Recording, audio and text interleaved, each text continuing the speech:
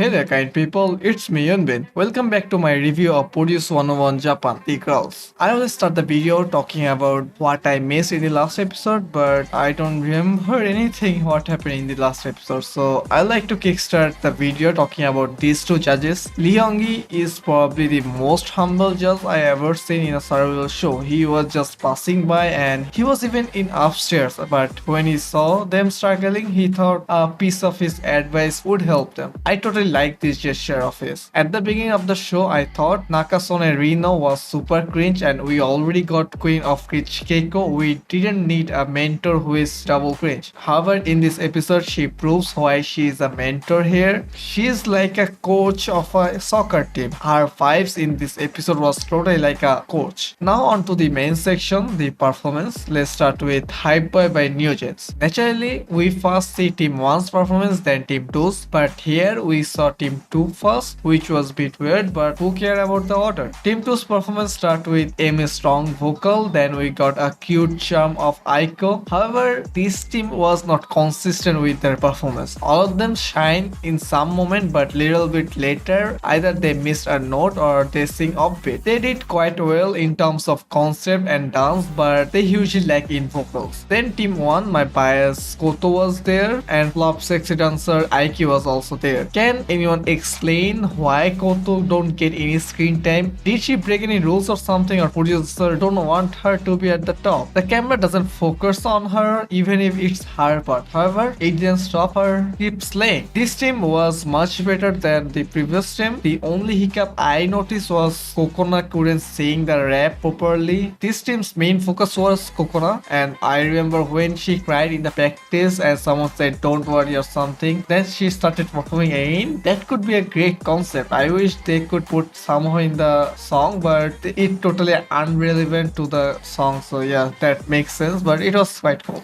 On to the Festa Team 1's performance. We got to see Reina here. I am having a hard time believing it is the same Reina who I was impressed in the audition round. She gained some weight, I guess, and she even started to perform poorly. Is she going through a depression? I hope she can redeem herself in this show. The stretch was total disaster. Although Team 2 wasn't good either, both teams missed the magic this song has. Probably that's the Eyes One magic that no one can replicate. However, Ameri from Team 2 caught some attention. Rimika wasn't bad either, although they tried to evaluate Rimika and Jerry. Now it's totally feel like we are watching Produce 101. Overall, Team 2 was better. On to the cheer up teams. Team 1 performance was straight up boring. They lack energy. If they don't put energy, I will never feel the performance. Their performance made me feel sleepy. On the other hand, Team 2 was way better. First of all, most of them are not comfortable with the cube concept. They came out of their comfort zone and doing this performance was incredible. Of course, it was not perfect. They missed some high note here and there. Sayaka particularly caught my attention. She has a great voice. She even looked like Moon Ga-young. Still, how can she get only 6 votes? And how Team 2 can lose? Anon from Team 2 was great. She perfectly delivered the high note. Still, they didn't win. Although Sakura from Team 1 stole all the vote, and other than her, no one get higher vote than the other team. And from Team 1, if someone did well was Sakura, but Sayaka was way much better. Next, Tokyo Girl Dreams. It is a Japanese show, so there should be more original Japanese songs. Out of 8 performances, there is only 3 J-pop songs. Thankfully, all the J-pop song performing team doing the justice with the song. And now here, Team 1 was quite decent. I can't say they was so good, but it was better than some other performance that we saw this night. Sarah particularly caught my attention. She kinda looked like Heiju from Class F. However, the show itself considered this performance as a filler. Normally, when we see two performing on the same song, they become rival of each other. But the show knew Team 2 gonna win anyway, so they thought their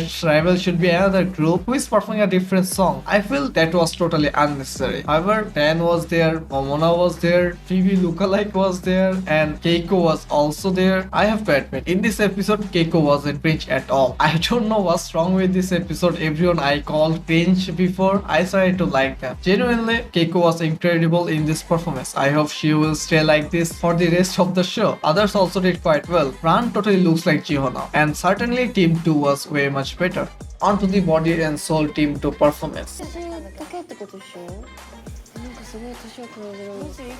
I also knew the song from before, and I'm just 19. Why this girl making me feel I'm so old? However, Team 1's performance we saw in the last week, and I don't remember how was they. Seina, Kokuna, and second head Bona was there. Certainly they were great. However, no one can beat the performance team to pull off. Totally awesome. Although at first we get to see some problem in Miu's leadership, then Kokoro became leader. It was quite a drama, and like Nano, I was dozing seeing that drama. And seriously, Nano was adorable. However, after their performance, we get to see a back frame of both performance, and you can see the pacing. I noticed that while they were performing too. Probably dance-wise and vocal-wise, they were incredible, but their formation was not good. And ironically, all the drama was around formation. Kokoro and Miu worked together on that, but it didn't apply on the stage. Now you know it is the time to update my top 11, and here are they. First, Koto. Second, Ran. Third, Momona. Fourth, Ayane. Fifth, Kokona. Sixth, Seina. Seventh, Sakurai Miu. 8th, Ando Yo. 9th, Kokoro. 10th, Fujimoto Ayaka. 11th, Miu. You can see it didn't change at all, but Nano, Sayaka, Aiko, Amy, and Anon caught my attention in this episode, and they might end up in my top 11 in future, which totally depend on the next episode, who will survive and who will not. I hope all my favorite will stay. From the next episode, the actual game will start, and I'm totally excited about that. I guess that's it for now. I will see you guys in the next week. Until then, have an awesome life.